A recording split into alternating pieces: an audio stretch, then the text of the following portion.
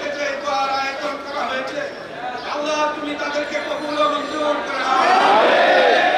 রব্বুল আলামিন যে বাংলাদেশের ক্রীড়াঙ্গনকে সারা বিশ্বের কাছে মঞ্চ করে রেখেছে, সে সকল খেলোয়াড় ভাইদেরকে বন্ধুদেরকে আল্লাহ রব্বুল আলামিন আমাদের ধানের শীষের কান্ডারি, ধানের শীষের প্রার্থী আল্লাহ যাকে তুমি কবুল করছো, সেই আমিনুল হক ঢাকা মহানগর উত্তরের আহ্বায়ক জনাব আমিনুল হক আল্লাহ কবুল ও মঞ্জুর করে নাও। ইয়া রব্বুল আলামিন আমাদের সকলকে খালেদ বিন ওয়ালিদের মতো বলিয়ান বানিয়ে দাও শৈল শাসকের বিরুদ্ধে। 5 তারিখের পরে সকলেই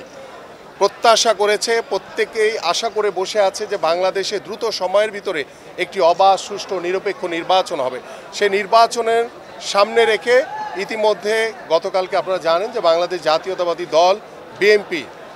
300 আসনের ভিতরে 237টি আসনের প্রার্থী ঘোষণা করেছে এবং আমাদের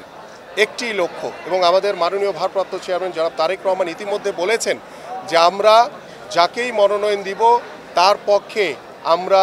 প্রত্যেকটি নেতা কর্মী সকলে ঐক্যবদ্ধভাবে আমরা একযোগে কাজ করব। কারণ আমাদের যে দীর্ঘ যে সংগ্রাম, যেই বাস্তবায়ন করার লক্ষ্যে আমরা বাংলাদেশ জাতীয়তাবাদী দল ঐক্যবদ্ধ রয়েছি এবং আমরা বিশ্বাস করি